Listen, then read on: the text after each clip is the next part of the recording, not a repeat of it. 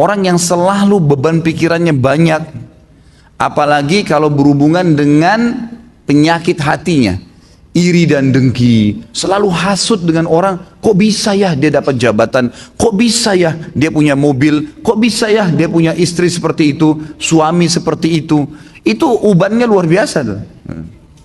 Bismillahirrahmanirrahim.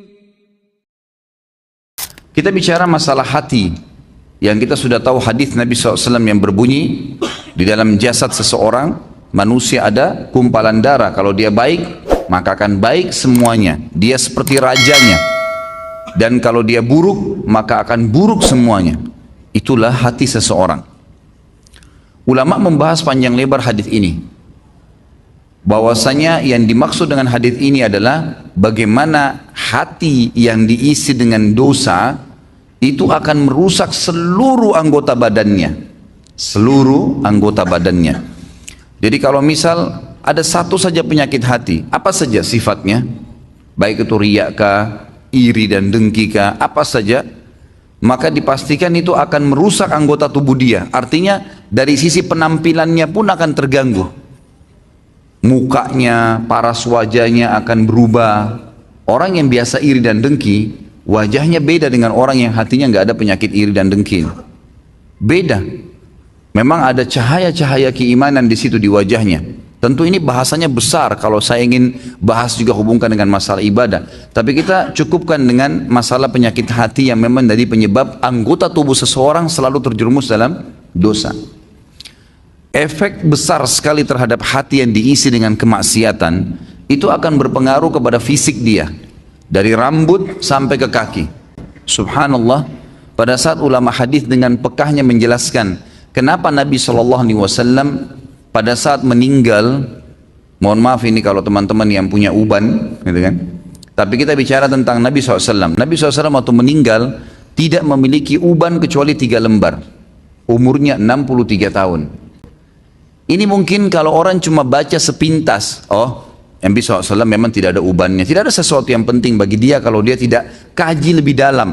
Tapi kalau kita kaji lebih dalam sebagaimana sebagian ulama hadis, mereka mengatakan apa sebabnya Nabi SAW tidak memiliki uban kecuali 3 lembar di umur 63 tahun. Sementara banyak manusia umur 30 tahun, 40 tahun sudah ubanan.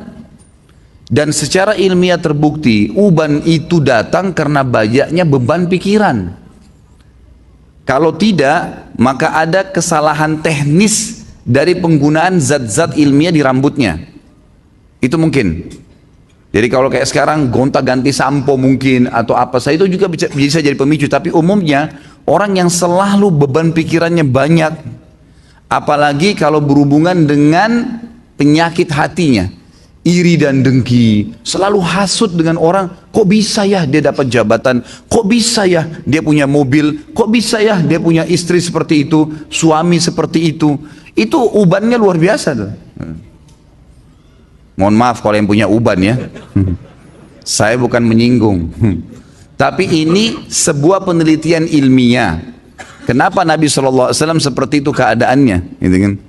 Ternyata ada penelitian yang dihubungkan dengan teknologi sekarang, itu berhubungan sekali. Nabi SAW dikatakan dalam hadis Bukhari oleh Aisyah radhiyallahu anha, Nabi SAW tidak pernah marah,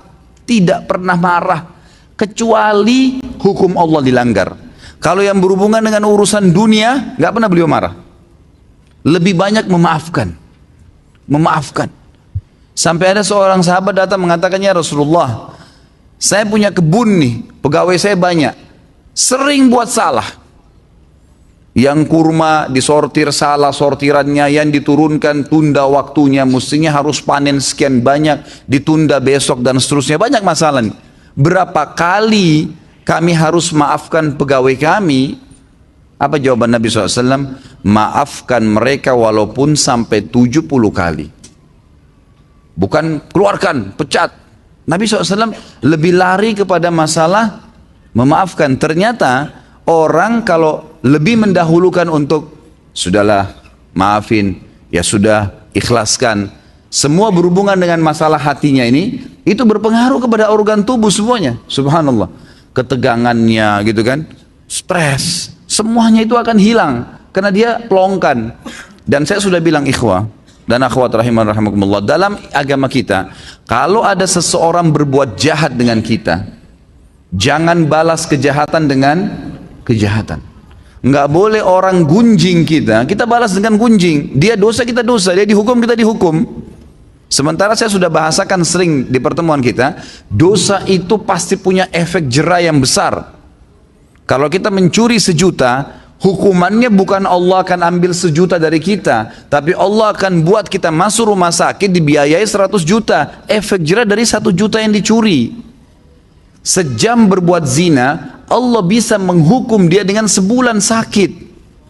Mungkin dia sempat menendang seseorang karena dia anggap dia punya power, atau seekor kucing yang jalan di jalanan karena menganggap iseng, kucing itu nggak ada apa-apanya, nggak bisa melawan saya, ditendang. Pastikan efek jerahnya, satu waktu dia jalan dengan sepatu bagus, jalanannya bagus, kakinya keseleo, 2 minggu sakit. Efek jerah dosa itu besar, ya kan? Jadi jangan sampai kita menganggap orang buat dosa itu oke-oke saja. Atau antum pernah punya peluang berbuat dosa, misal satu waktu pernah peluang bisa berzina nih dengan seorang wanita yang antum sangat kagumi, atau seorang akhwat kita punya peluang berzina dengan seorang ikhwah yang dikenal dengan kagumi. Lalu kemudian tidak jadi. Syaitan membisikkan kita, coba dulu saya zina aja ya. Yang penting saya sudah zina dengan orang yang saya cintai, yang saya sukai.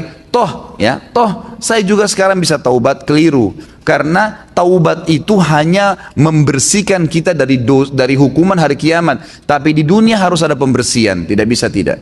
Tidak ada dosa yang tidak punya efek jerah. Mesti ada. Sekecil apapun.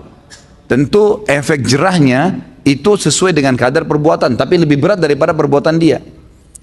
Dosa seperti segelas racun. 1 gelas racun ini sebenarnya secara medis bisa diobati dengan susu. Karena susu minuman yang steril, bisa mengobati racun yang masuk dalam tubuh. Tapi pertanyaannya, apakah 1 gelas racun bisa diobati dengan 1 gelas susu? Jawabannya tidak mungkin.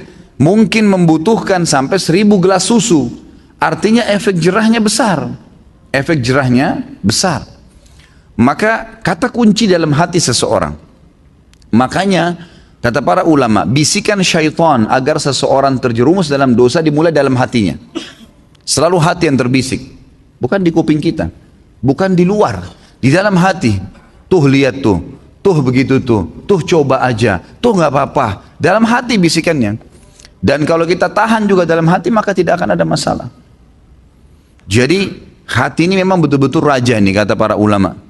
Nabi SAW pernah kedatangan seorang laki-laki dalam hadis Bukhari, ya Rasulullah, wasiatkan saya. Nabi SAW tahu orang ini emosional. Kata Nabi, jangan kamu marah. Marah itu penyakit hati loh ya, di hati. Tapi dia teraplikasikan nanti dengan gerakan tangan, ekspresi wajah. Tapi dia dari hati tuh. Nabi SAW ingatkan, jangan kau marah, hatimu tidak boleh. Apalagi ya Rasulullah, jangan kamu marah. Apalagi ya Rasulullah, jangan kamu marah. Nabi SAW kata para ulama hadis, seringkali memberikan nasihat sahabat sesuai dengan keadaan yang sedang dihadapi oleh orang itu. Jadi makanya kita pun sebagai umat Nabi SAW tidak mengambil hukum spontan dari sebuah hadis, karena itu per kasus di zaman Nabi SAW, gitu kan? Jadi bisa saja sahabat ini pernah seperti ada sahabat yang datang mengatakan, ya Rasulullah, anak muda nih, dalam hadis Bukhari juga, saya siap tinggalkan semua dosa, semua yang Allah larang saya tinggalkan, semua yang Anda larang saya tinggalkan, kecuali satu, izinkan saya berzina. Ini kasus lain lagi. Kata Nabi SAW, apa kau ridha kalau ibumu dizinai? Dia bilang tidak. Saudarimu? Tidak. Istrimu? Tidak. Tantemu? Tidak. Anakmu? Tidak. Lalu kenapa kau ridha untuk dilakukan pada orang lain? Di sini Nabi SAW mengobati keadaan para sahabat yang sedang bertanya sesuai dengan kasus yang sedang dihadapin, gitu kan? Ini poin lainnya. Kita kembali kepada poin bahasan kita. Bagaimana Nabi SAW tidak tadi sampai beruban, kecuali hanya 3 lembar di umur 63 tahun, karena luar biasa dalam pengontrolan hati beliau. Tidak mudah marah, kecuali hukum Allah. Lebih banyak memaafkan, gitu kan? Dan saya sudah bilang tadi, ikhwan dan akhwat sekalian, ingat, jangan keburukan dibalas dengan keburukan. Orang fitnah, biarin dia fitnah sampai dia capek. Jangan dibalas dengan fitnah. Lalu apa yang saya harus lakukan Ustadz? Maafkan. Masa sih Ustadz? Maafkan. Enak benar dia Ustadz? Maafkan. Nggak ada kata lain, jawabannya cuma itu. Maafin. Baik. Lalu dia bagaimana? Sudah enak-enak berbuat fitnah saya, sebarin saya. Allah ada. Allah subhanahu wa ta'ala itu kita yakini sebagai orang beriman, Sami', maha mendengar, Basir, maha melihat, Alim, maha mengetahui. Gak usah khawatir. Hukum yang telah Allah turunkan, setiap orang yang berbuat dosa pada Allah, dia kalau tobat Allah ampuni. Tapi kalau dosa berhubungan dengan hak makhluk, manusia, maka dia harus tobat kepada Allah dan meminta maaf kepada manusia yang dia buat salah. Gunjing, fitnah, mencuri, merusak nama baik. Jadi kalau kita begitu difitnah, langsung awalnya kita maafin, udah deh saya maafin. Allah mengatakan wal afina anin nas, hati kita steril kembali tuh. Kita mendapatkan pahala karena menjalankan perintah Allah dan Rasulnya, gitu kan? Dan dia selama dia dalam hukum Allah yang kita yakini, dia selama tidak minta maaf dengan kita, hukuman Allah tetap datang pada dia. Gak usah khawatir, gitu kan? Apa yang kita mesti khawatirkan? Toh dia akan dihukum sama Allah kok. Orang tadi yang menendang kucing dengan menganggap oh kucing ini nggak bisa buat apa-apa, pasti Allah SWT datangkan hukumannya. Jadi kalau antum tiba-tiba jalan baik-baik saja, sepatunya baru, jalannya bagus, tiba-tiba keseleo, coba muhasabah tuh. Biasanya kata ulama, Allah Subhanahu wa ta'ala pada saat mendatangkan sebuah hukuman kepada seorang hamba, itu Allah lintaskan di benak dia dosa yang dia lakukan.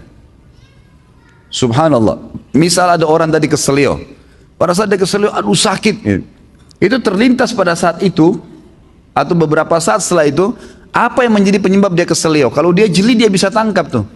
Oh ternyata dulu pernah ada orang yang saya tendang nih, pernah mencuri sepatu, pernah apalah gitu kan, pelaku-pelaku yang dilakukan, maka datang hukuman tersebut. Orang kalau masuk rumah sakit tiba-tiba kemudian dirawat di rumah sakit selama 3 hari harus dirawat, demam berdarah atau penyakit apa saja ya. Kemudian dia pada saat sakit, pastikan kalau dia peka, kalau dia kembali kepada Allah, dia bermuhasabah, ya Allah ini apa penyebab dosa saya bertobat sama kamu kalau seandainya ada perbuatan salah, itu pasti terlintas di benaknya apa penyebabnya itu.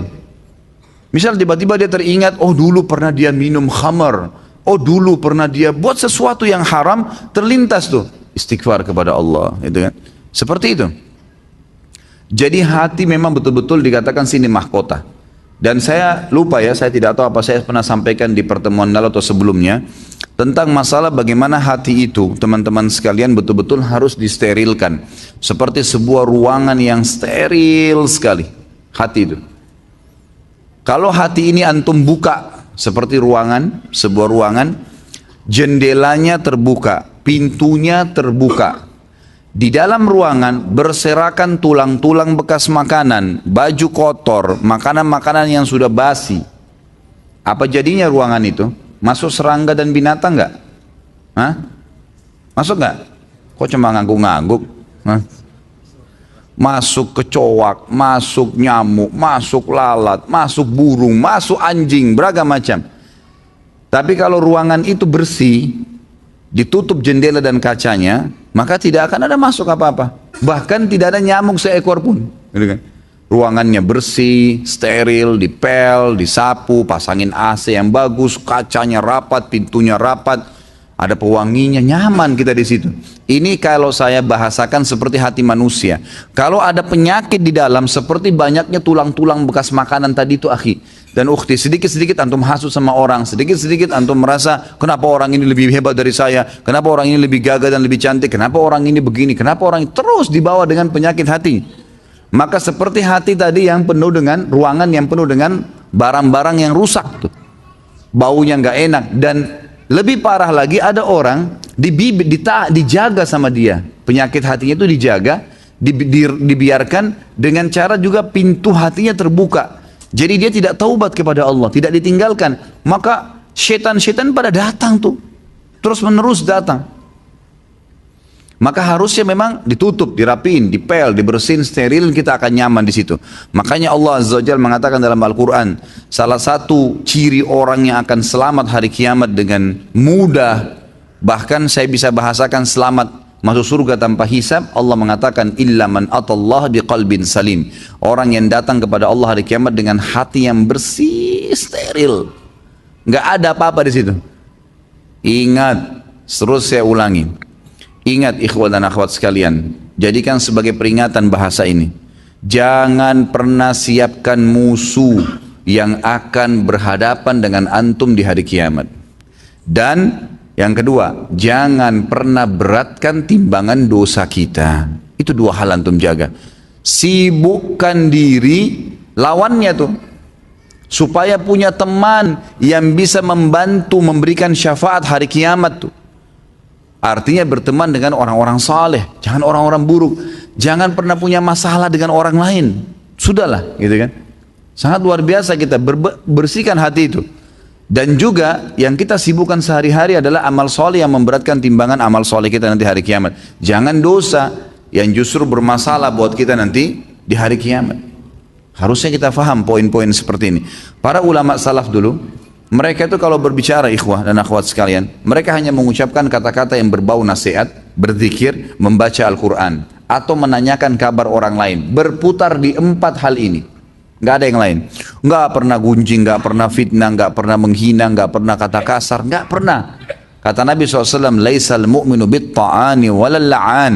Bukan sifatnya orang mukmin itu ta'an, suka mencaci maki orang, menuduh orang, menyalahkan orang lain, menghina dengan kata kasar dan seterusnya.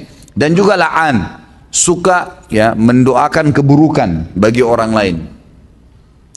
Baik Ustaz, kalau ada orang kebetulan punya kelebihan di hadapan saya, jabatannya lebih bagus, fisiknya lebih sempurna, secara materi lebih mapan, lebih pintar, apa yang saya harus lakukan? Renungi hadis Nabi SAW yang berbunyi, manusia 4 tingkatan. Yang pertama, Allah berikan kepadanya ilmu dan harta. Luar biasa, sudah cerdas, gagah, pinter, gitu kan? Kemudian kaya raya. Dan kata Nabi SAW, dia habiskan keduanya di jalan Allah. Ilmunya diajarkan, kemudian juga hartanya diinfakkan. Datang golongan yang kedua, yang Allah berikan kepadanya harta. Maaf, diberikan ilmu tanpa harta. Berilmu, faham ilmu agama, tapi keadaan ekonominya biasa.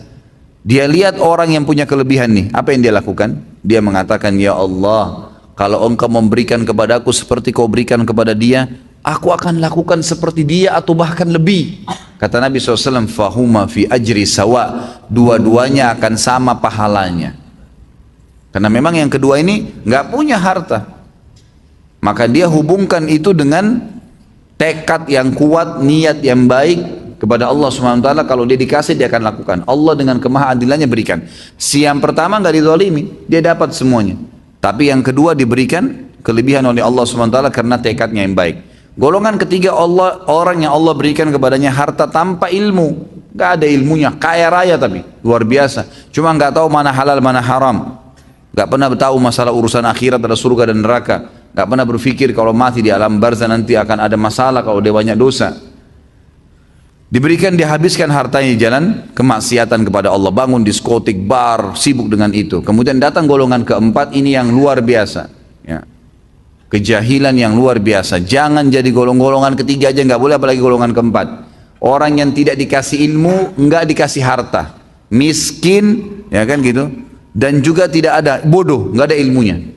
Yang dia jadikan tolak ukur bukan golongan pertama sama kedua, tapi golongan ketiga.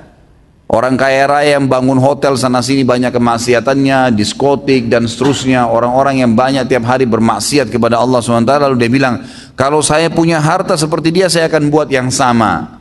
Maka kata Nabi SAW, fahuma fi wazri sawa. Ini orang ini sama-sama dosanya. Rugi nggak kira-kira?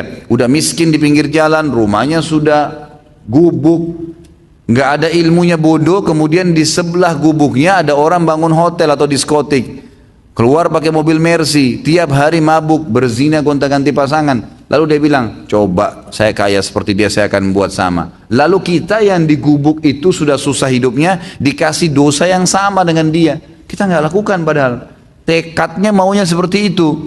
Maka ini kata Nabi SAW, fahuma fi wazri sawa, ini sama dosanya. Jadi selalu jadi tolok ukur orang yang berprestasi dan baik, Allah berikan kebaikan-kebaikan padanya, lalu dia habiskan di jalan Allah. Yang kedua yang kita harus lakukan, berdoa kepada Allah Subhanahu. Tadi bertekad ya, yang pertama. Yang kedua kita berdoa. Saya bilang begini ikhwan dan akhwat sekalian, kalau ada orang yang Allah berikan kelebihan, apapun kelebihan yang kita tahu itu, ilmu kah, materi kah, ya, kelebihan fisik lah, apa saja. Maka saya bilang, misal ada teman saya Ustadz ganteng, ada teman saya cantik, ada teman saya pintar, ada teman saya kaya. Apa yang saya harus lakukan? Bertekad melakukan perbuatan seperti apa yang dia lakukan kalau positif di jalan Allah. Dia bersedekah, kita juga bertekad seperti itu. Dia lakukan apa saja, memang kita tidak punya kemampuan untuk melakukannya, maka kita tekadkan untuk itu, diniatkan dan dilakukan. Kalau betul-betul tekad ya, niat yang diikuti dengan tekad. Jadi kalau betul-betul ada harta, memang dia akan keluarkan. Yang kedua, mendoakan dia. Ini yang jadi saksi bahasan nih, memperbaiki hati kita. Mendoakan dia agar Allah tambahkan kelebihan itu. Ada orang gagah dan cantik, semoga ya Allah engkau berikan dia lebih baik daripada itu. Dan lebih sudah kaya, ya Allah berkahi rezekinya. Kalau dia sudah pintar, ya Allah berikan kepintaran tambahan. Loh kok bisa Ustaz? Dia udah kaya kok, dia udah gagah, dia udah cantik, dia udah pintar, ngapain saya doakan lagi? Dengarkan hadis Nabi SAW, hadis sahih riwayat Imam Muslim. Kata Nabi SAW, siapapun mendoakan saudaranya Muslim, maka di atas kepalanya malaikat berkata, walaka mithluhu walaka mithlu, kau akan dapat sama, kau akan dapat sama. Artinya kita bilang, ya Allah berikan dia kekayaan, sebenarnya kita sedang mendoakan diri kita sendiri, dan doa ini diaminkan oleh malaikat yang langsung berhubungan dengan Allah Azza wa Jalla. Artinya kita kalau lihat orang kaya, ya Allah berkahi ya Allah, kita sedang minta diberikan kekayaan, tambahkan kekayaan dia, kita minta tuh. Dan juga kata para ulama, dengan doa ini kalau Allah ijabah, maka selama mulai detik itu, selama dia ya, diberkahi hartanya lebih banyak, semenjak itu semua pengeluaran dia yang berbau pahala kita panen pahalanya, karena kita mendoakan. Jadi ada keterlibatan pahala ke dia, ada doa untuk kita pribadi. Itu kan luar biasa itu. Dan ini semua ujung-ujungnya sebenarnya untuk mensterilkan hati seseorang. Ya kan, otomatis kita jadi tidak hasu sama orang. Oh ternyata dia punya kelebihan, ya Allah sudah kasih, ya Allah berikan saya seperti dia, atau berkahi dia, gitu kan. Nggak masalah. Bahkan sebagian ulama mengatakan boleh orang itu ghibtah. Iri itu dan dengki, definisinya adalah seseorang yang melihat sebuah nikmat pada orang lain, dia merasa terganggu kenapa orang itu mendapatkan nikmat tadi dan berharap nikmat itu hilang. Misal orang gagah, orang pintar, orang kaya, hasut dia, kenapa ya orang ini dapat? Lalu dia bukan tidak cukup sampai situ, dia merasa bagaimana caranya supaya orang ini hilang kebaikan itu darinya, supaya hilang kelebihan fisiknya, supaya hilang kekayaannya, supaya hilang jabatannya. Dibuatlah makar oleh dia untuk itu terjadi. Gitu kan? Kebanyakan kalau di Indonesia ini jalan pintasnya dukun, gitu kan? Dukun, gagalkan usahanya orang, rusakkan rumah tangganya. Ini dukun yang bermain, setan-setan semua bermain, gitu kan? Untuk mengiyakan nih permasalahan ini, gitu. Nah, ini harus hati-hati, gitu kan? Harus tidak boleh ke sana, ya, tidak boleh sama sekali. Kita balik kasusnya sekarang, kita harus bertekad. Kalau ada positif kita bertekad agar mengerjakannya. Tapi memang ini pada saat kita nggak punya ya. Jadi misal jangan sampai antum sudah kaya raya, antum bilang saya nggak usah sedekah, cari orang kaya saja. Saya bilang, oh kalau dia bersedekah saya tinggal niatin aja. Bukan gitu. Sebab di sini dikatakan oleh Nabi SAW adalah orang yang Allah kasih ilmu tanpa harta, memang nggak ada hartanya. Yang itu. Ada sebentar lagi nih banyak jemaah haji berangkat ya kan? Antum nggak punya kesempatan haji. Mungkin ada duit, tapi nggak dapat visa, nggak ada kesempatan. Bisa kita dapat pahala seperti mereka. Caranya memang tekadkan, ya Allah, kalau engkau mudahkan aku seperti mereka dapat visa, dapat kemudahan, aku akan haji bersama mereka. Sama pahala hajinya tuh. Tapi tidak diambil dari pahala mereka. Allah dengan kemahadilannya tetap beri mereka, tapi kita diberi juga senilai hanya dengan niat dan tekad tadi. Yang kedua, doakan, sering mendoakan kebaikan. Dan saya sudah pernah bilang, hati juga itu akan sangat baik Ada orang berbuat jahat dengan kita nih. Dalam masalah doa, coba pilih doa yang baik. Kalau betul-betul sudah nggak bisa, mungkin baru antum bisa pilih opsi doa yang kedua. Misal ada orang utang nggak bayar. Contoh kasus, kita merasa dongkol nih, kenapa dia nggak bayar nih? Udah ditagih nggak mau bayar juga, gitu kan? Saya mau doakan deh. Doanya di sini bisa dua nih. Ya Allah, hancurin rumahnya. Misal, terzalimi, bahaya nih. Doa apa saja bisa dikabulin sama Allah karena orang terzalimi tidak ada hijab antara dengan Allah, gitu kan? Bahaya tuh. Ya Allah, kalau dia lagi jalan-jalanan tabrakin mobilnya. Dan ini bahaya sekali. Ini bukan saya lagi ajarin doa buruk ya. Jangan diamalin. Ingat, jangan diamalin. Ini saya kasih contoh. Ini satu opsi doa. Baiklah, antum terzalimi dikabulin sama Allah. Tabrakan masuk rumah sakit, udah selesai. Atau kita doakan apalah, terjadi pada dia, gitu kan? Maka kalau sudah terjadi doa itu pada dia, urusan antum sama dia sudah selesai. Urusan antum sama dia sudah selesai, gitu kan? Karena dia sudah dihukum sama Allah. Antum minta percepat hukumannya. Gitu. Mana lebih baik ini? Atau kita mendoakan, ya Allah bukain hatinya, ya Allah mudahin dia membayar utangnya, ya Allah berikan dia pemahaman, takutkan dia dengan akhirat, ya? Lalu Allah berikan hidayah. Ini doa loh ini doa ini luar biasa masuk ke dalam hati manusia. Lalu Allah berikan dia hidayah. Satu waktu dia ikut pengajian di satu tempat, sadar 2 tahun kemudian tiba-tiba dia yang datang, sudah berubah performanya, sudah datang kepada kita. Ya akhi, masih ingat tak sama saya? Assalamualaikum, saya dulu yang pernah ngambil utang 10 tahun gak bayar. Saya baru ikut pengajian sunnah, alhamdulillah saya takut nih, saya bayar sekarang. Kita di sini dapat hak kita. Yang kedua, semenjak dia baik sampai dia meninggal, itu kita panen pahalanya. Kita doain kebaikan. Mana yang lebih baik? Dan yang luar biasanya adalah yang saya ingin tarik benang merahnya dari kisah, dari contoh tadi ini, hati kita bersih. Hatinya jadi baik gitu kan? Karena kita sudahlah dimudahin. Sayangnya banyak manusia ini nanti sudah divonis oleh dokter, umurnya tinggal seminggu, baru mau jadi baik tuh. Ini seseorang ke dokter kena, naudzubillah, 1 orang, tidak ada di sini insyaallah. Allah amankan insyaallah. Ada orang kena kanker, dokter vonis, ini kankernya sudah parah nih, seminggu lagi bapak dan ibu meninggal. Kira-kira dalam seminggu itu, begitu keluar dari rumah sakit, sudah dibilang ini sudah nggak bisa, nggak ada obat lain. Ada tetangganya datang, tuh tetangga sebelah ceritain kau. Apa kira-kira yang dia bilang? Dia pergi balas ke sana, sudah seminggu lagi mau mati nih. Saya yakin tidak bakalan kan? Sudahlah, ada orang yang ambil hakmu. Sudahlah.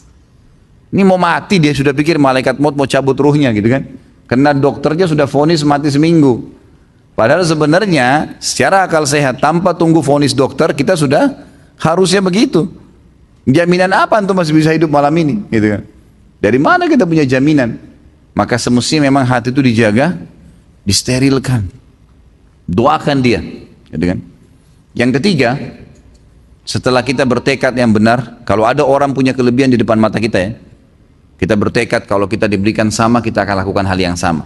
Yang kedua, kita mendoakan agar lebih banyak diberkahi, gitu kan, diberikan sesuatu, dilebihkan sama Allah. Hakikatnya kita sedang mendoakan diri kita sendiri. Yang ketiga, kita coba aplikasi kebaikan-kebaikan itu. Aplikasi. Jadi apa yang kita tangkap dari perbuatan-perbuatan baik orang yang sedang kita hadapin tadi, memang dia positif.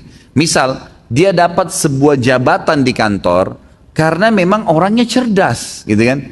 Mungkin dia memang serius kalau kerja, kalau datang on time, misal, ambil ilmu itu. Saya dulu waktu di kampus, saya pernah kalau nggak salah ceritain dulu beberapa pertemuan yang lalu. Saya waktu di kampus teman-teman sekalian, tidak ada kesombongan, alhamdulillah, tidak ada fakhr di situ. Tapi saya waktu di kampus itu merasa terganggu kalau tidak cum laude. Harus saya lulus terbaik. Prinsip dasar saya itu. Maka dengan prinsip dasar itu yang saya jadikan tolok ukur teman-teman di kampus, di kelas saya adalah anak-anak yang juara 1 tuh. Saya dulu waktu di Madinah ada satu teman saya orang Somalia dari Afrika. Masya Allah badannya kurus, orangnya tinggi, gitu kan. Itu selalu nilainya dari 100 itu 99, 98, 100 berputar. Nomor 1 terus namanya. Tingkat 1 kuliah saya lihat orang ini. Kok bisa orang ini nomor 1 namanya ya? Selama ini, dan saya lihat, saya coba pelajari secara kejiwaan, secara pribadi ya. Kenapa kok ada yang juara 1, juara 2, juara 3, ada yang tengah-tengah, ada yang dapat A, ada plus, ada A plus, ada A, ada B plus, ada B, ada terus gitu, sampai ada yang tidak lulus. Kok bisa ini? Apa masalahnya? Matanya sama-sama 2, kan? Tangannya sama-sama 2, kupingnya sama-sama 2, waktunya sama-sama 24 jam. Bukan orang-orang yang cum laude dan susah itu umurnya atau waktunya dia 26 jam, enggak. Nah kan? 24 jam sama enggak? Sama semuanya. Dia juga capek, dia juga lapar, dia juga tidur, dia juga makan, dia juga minum, dia juga melalui proses yang sama dengan kita. Kenapa kok bisa ada bedanya? Permasalahannya kata ulama adalah di himma, di semangat dan kejelian menangkap mana yang baiknya. Di poin ketiga tadi ini saya bilang, kalau kita lihat orang punya kelebihan, ambil kelebihan yang dimiliki oleh orang tersebut. Maka kita bisa sama dengan dia, atau lebih, atau minimal dekat. Kan gitu, atau minimal dekat. Jadi saya lihat, saya coba undang teman saya ini, semoga Allah jaga beliau, tentu sekarang sudah S3, sudah pulang ke negerinya. Saya coba undang ke kamar saya waktu itu di asrama, di kami di Madinah ada asrama, saya undang. Akhi Abdurrahman, ketemu sholat waktu itu di kampus, ya, di fakultas, terus saya bilang, sebentar malam bisa main ke kamar saya nggak? Oh ya boleh, insya Allah main. Kita main ke kamar. Duduklah, kebetulan di kamar itu, waktu di Madinah kami satu kamar 3 orang. Ada building yang kamarnya besar, 6 orang, nanti di-skat-skat, dikasih meja belajar, lemari sama ranjang, nanti di-skat-skat, nanti masing-masing. Kadang-kadang satu kamar itu dibeda-bedain negaranya supaya bisa saling mengenal gitu. Kebetulan waktu itu saya dapat building yang baru dan memang ada hanya 3 orang karena lebih kecil kamarnya, dan kebetulan juga satu kamar itu ber3 orang Indonesia semua. Maka saya bilang sama teman-teman saya di kamar, satunya sepupu saya sendiri, yang satu juga orang dari Sulawesi Utara. Kemudian saya bilang, ada tamu saya mau datang nih, ini anak yang lulusan terbaiknya fakultas dakwah waktu itu. Saya mau undang malam ini. Kita ngobrol-ngobrol, kalau antum mau ikut silahkan, kalau enggak ya sudah, pokoknya saya mau minta izin untuk ada di kamar. Mungkin ada obrolan yang lebih suaranya keras, kita enggak sengaja, mohon maaf. Ya enggak apa-apa, kita ngobrol dulu sama-sama. Datanglah dia habis sholat isya, saya hidangkan teh, ngobrol-ngobrol, apa yang saya bisa hidangkan. Dulu saya suka sekali makan kismis, karena beberapa teman-teman Badui di Madinah, itu mereka seringkali mengkonsumsi kismis, dan menurut mereka, saya tidak tahu penelitian ilmiahnya ya, itu menambah kecerdasan gitu. Maka anak-anak mereka tuh dalam umur 7 tahun, 8 tahun, 10 tahun sudah hafal Quran. Itu mereka sering konsumsikan kismis. Ya. Maka saya sering beli, saya hidangkan di kamar saya juga makan gitu kan. Saya duduklah sama dia ngobrol-ngobrol. Subhanallah, dari pertama ketemu 2 jam ke depan, nggak pernah bicara masalah pelajaran. Bicara masalah negaranya, bicara masalah ini, dan kebetulan itu kami masih bujang semua, ngobrolnya masalah nikah. Nanti kalau nikah dapat perempuan yang bagaimana. Saya dari awal ketemu sama dia, ini orang kok ranking 1, tapi nggak pernah bicara masalah. Saya pikir ini pasti akan bicara buku nih, kitab ini, nanti kembali ke kitab ini, serius gitu. Ini nggak pernah, 2 jam nggak pernah ngomong gitu. Masalah ngomong macam-macam gitu. Nanti kalau pulang anak mau nikah sama perempuan yang begini, nanti kalau begini. Positif saja, masih mubah ya, tidak ada bicara yang haram, alhamdulillah. Saya, apa sih orang ini gitu? Kok bisa dia dapat 99 nilai 100 nih gitu kan? Baik, saya telusurin. Besoknya saya lihat di kampus, masuk di kelas, kebetulan dia satu kelas sama saya. Jadi yang saya tangkap adalah orangnya jeli. Dia kalau dosen lagi ngomong apa saja gitu kan. Dia duduk di kursi depan, kemudian dia serius, diambil pulpen sama kertas, buku tulis biasa, apa saja Syekh jelasin, masalah usul fikih misalnya, bab apa, ditulis sama dia, bab ini, tulis sama tangannya dia. Kemudian setiap Syekh terangkan dijelasin sama dia, ditulis.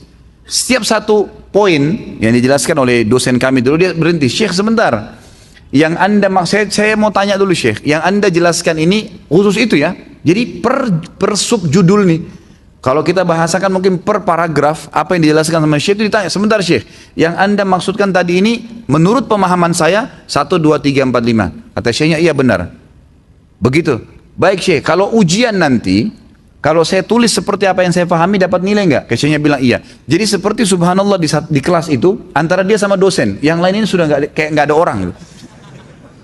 Tapi yang lainnya dapat istifadah, dapat manfaat karena dia menjelaskan kembali apa yang saya jelasin gitu kan. Menurut anda begini. Jadi orang-orang juga banyak belajar. Waktu mau ujian ikhwani, buku tulisnya itu di mana-mana difotokopi sama orang. Ya. Difotokopi orang baca dan berapa banyak pahala. Yang didapatin tuh ayat Al-Quran, hukum-hukum, kaidah-kaidah hukum fikih semua difotokopi. Saya perhatikan mungkin ini kata kuncinya orang ini. Dia selalu luar biasa itu. Sampai kadang-kadang kalau dia belum paham, dosen keluar diikutin sama dia. Baiklah, saya lihat efeknya adalah karena dia sudah paham di kelas, malam ujian itu benar-benar buku tulis dia nggak ada di tangannya, dia nggak baca malam ujian itu. Difotokopiin sama anak-anak yang memang sudah malas belajar nih, cuma tahu menghafal saja gitu. Main fotokopi, simpan, baca gitu kan. Udah, saya tanya dia, Abdurrahman, ente nggak baca nih buku ente? Dia bilang buku anak di mana-mana, di fotokopi sama ikhwah semua. Anak nggak tahu di mana. Ente nggak baca, sudahlah, insya Allah khair gitu. Ya sudah. Saya lihat mungkin karena saya tangkap pemahaman dia adalah seperti itu. Apa yang terjadi, ikhwani? Saya coba terapkan apa yang saya tangkap positif. Ini yang saya ingin titik beratkan ya. Jadi pengalaman pribadi saya coba terapkan. Coba deh saya ambil poin ini, saya anggap positif. Dosen masuk, saya ambil buku tulis. Pertama saya ambil pulpen, lalu kemudian dosennya ngomong. Nah, di sebelah sana Abdurrahman, di sini saya nih. Sebentar dia ngomong, Syekh begini-begini. Kalau saya belum paham, saya bilang sebentar Syekh. Kalau begini-begini. Jadi kesannya ini saya berdua di kelas ini lagi mendominasi gitu. Karena memang saya pakai cara dia, gitu kan. Maka betul-betul seperti setelah berjalan ya, dosen keluar, apa yang dijelaskan tadi, karena saya ulangin lagi, Abdurrahman juga ulangin, saya jadi paham. Dan akhirnya saya mulai belajar nulis tuh. Sampai pada tingkat ikhwan, 6 bulan setelah itu, tadinya saya kewalahan, dosen ngomong apa untuk dikejar tulis itu susah. Orang ngomong kayak saya sekarang ini ngomong mengalir begini, antum tulis, sibuk nulis ini susah. Kadang-kadang kepala kita nggak bisa ngangkat lagi lihat mukanya Syekh gitu kan. Jadi tetap aja saya tulis. Subhanallah, setelah 6 bulan, karena hampir tiap hari saya gituin semua materi, saya sampai pada tingkat, alhamdulillah, bisa menulis ya di satu buku tulis dengan 2 warna pulpen. Pulpen tulisan materi dengan pulpen tinta warna hitam, yang ayatnya pulpen warna merah. Jadi dosen yang ngomong saya tulis. Itu bisa tidak ketinggalan. Awalnya nggak, masih orat-oret, saya pulang ke rumah nanti saya perbaikin lagi, pindahin di buku tulis gitu kan. Alhamdulillah, dengan positif ini yang saya ambil dari dia, betul-betul apa yang Syekh sampaikan di kelas saya paham. Sampai ada materi namanya sarf dulu. Sarf ini mempelajari kenapa kasrah, kenapa fathah, kenapa dhamma dalam bahasa Arab. Itu umumnya mahasiswa malas belajar tuh. Tambah lagi Masya Allah, Allah kasih kita dosen waktu itu, dosennya ya kacamatanya tebal, suaranya kecil, hadapnya ke papan tulis. Dia ngomong sama papan tulis berdua. Gak bisa ditangkap. Ini bukan bicarain masalah aib beliau karena saya tidak sebutin namanya ya. Tapi metodenya begitu. Ini papan tulis, dia nulis, kemudian dia ngomong sendiri. Ini di belakang anak-anak tidur, yang ngobrol nggak dipedulikan sama dia. Ini materinya sulit nih, bukan materi yang mudah gitu. Saya coba duduk di depan, saya coba tangkap apa yang dia bilang ini. Syekh apa sih? Ini kenapa Syekh? Saya ulangi lagi. Tapi dia orangnya baik. Kalau kita tanya, diulangi lagi. Sampai saya paham. Subhanallah ikhwani, pengalaman yang saya dapatkan luar biasa, saya nggak bisa lupain sampai sekarang. Itu pada saat malam ujian, bukan hanya bukunya, bukan cuma buku tulis Abdurrahman yang difotokopi, gitu kan? Yang terdominasi dibagi di teman-teman seluruh pada saat itu yang angkatan saya, malah buku tulis saya itu. Karena dianggap buku tulis saya lebih rapi tulisannya, karena bisa 2 tinta yang ayat Al-Qurannya warna merah gitu kan.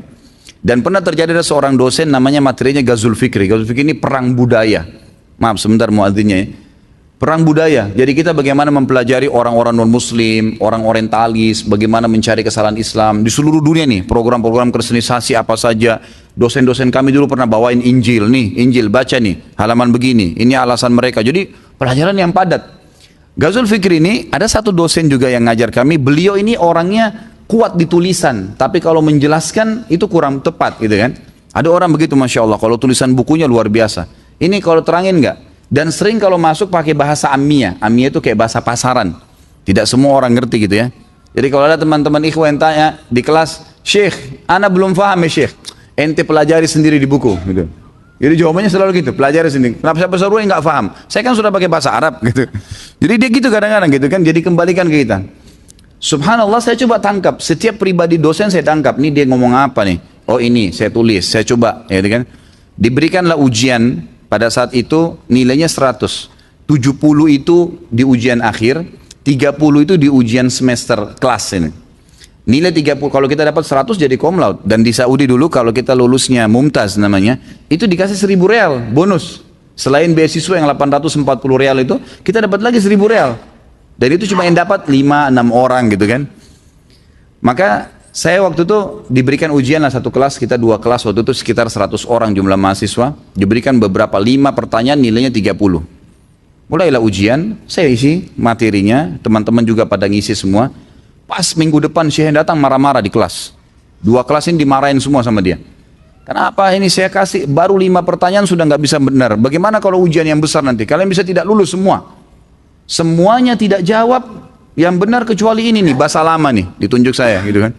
Orang semua kaget, saya juga kaget, kok saya sendiri. Dia bilang ini orang satu-satunya dari 2 kelas ini yang jawab sempurna, saya kasih 30. Setelah pulang dari kelas, Abdurrahman datang ke saya, ya Khalid, sekarang anak yang belajar dari ente nih. ini bagaimana caranya nilai 30 kamu dapat nih, apa yang kamu jawab? Nih tulisan saya akhi, gitu kan. Subhanallah, apa yang kita ambil pelajaran? Saya bukan bernostalgia tentang sekolah saya, tapi saya berikan pengalaman. Poin ketiga, untuk membersihkan hati kita adalah ambil hal positif dari orang yang kita anggap berprestasi. Jangan nilai buruknya, lalu tarik dalam kehidupan kita. Itu baru bagus itu. Dia berhasil berusaha, usaha apa yang membuat, apa yang memotivasi dia bisa berusaha? Ambil positifnya. Oh dia merancang usaha ini, dia mulai cari investor, dia begini. Tanya, nggak apa-apa konsultasi, apa pengalaman antum, bagaimana antum bisa maju. Maka itu sangat positif. Hadisnya cuma satu, kita tutup dengan ini. Yang diangkat oleh Imam Madzhabi tentang tidak bolehnya ada hasud dan iri, penyakit hati ini, hadis riwayat Abu Daud. Hadis Abu Daud ini diriwayatkan dalam Kitabul Adab, bab fil al-hasad. Kata Nabi SAW, iyyakum wal hasad, fa innal hasada ya'kulul hasanati kama ta'kulun narul hatab. Kalian harus menjauhi sifat hasad yang bisa merusak hati, iri dengki tadi dengan orang punya prestasi itu, karena sesungguhnya sifat dengki itu akan memakan kebaikan-kebaikan, akan menghancurkan kebaikan-kebaikan kalian sebagaimana api menghancurkan kayu. Jadi ini nilai lain ya. Jadi selain hati kita jadi rusak kalau hasud, ternyata bisa menghancurkan pahala-pahala kita, dibakar sebagaimana api membakar kayu dengan hasud itu. Subhanallah, artinya akan diambil oleh orang-orang tersebut juga pahala kita akan dihabiskan atau terbakar karena perbuatan buruk tadi. Allahu alam.